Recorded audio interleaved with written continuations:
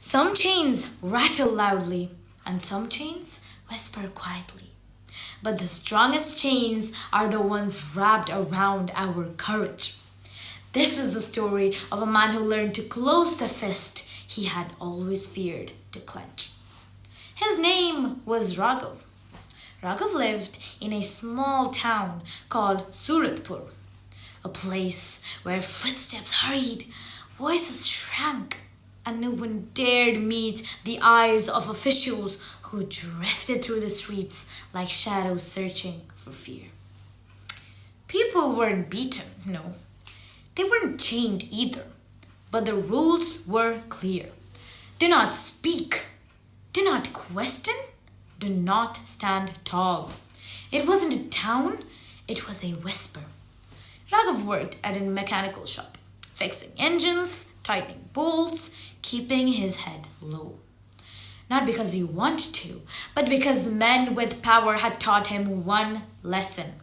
Your fear keeps us strong. One evening, a little boy ran into the shop.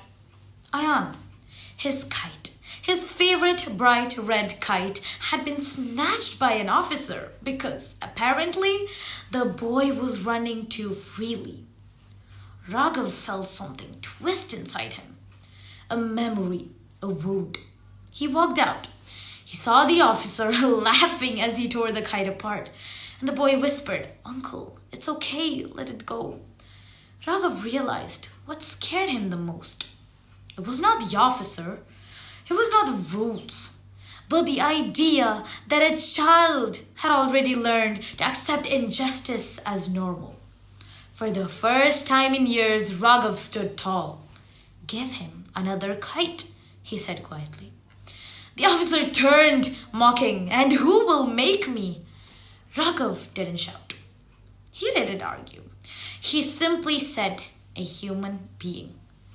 The officer, enraged, slapped him. The entire street froze. Someone gasped. Someone else whispered, "He's finished." Raghav straightened himself again. And for the first time in Suratpur, someone refused to kneel. The officers dragged Raghav away, but something unexpected happened. The fruit seller followed, then the tailor, then the school teacher, and then the milkman. One by one, the people of Suratpur stepped out of their hiding places. They stepped out of their shadows. Someone shouted, "He stood for a child, we stand for him." By the time they reached the town square, hundreds had gathered. The officers yelled, "Go back to your homes." But no one moved. No one listened to them. The whispering town finally found its voice. Obviously, Raghav was released by sunset, but he did not celebrate. He simply walked back to the mechanic shop with the people behind him, no longer shadows, but a community. Ayan ran up to him holding a new red kite. "It's yours," the boy said shyly, "for teaching us how to stand tall." Raghav smiled. "Keep it," he said. "You'll fly it higher than I ever could."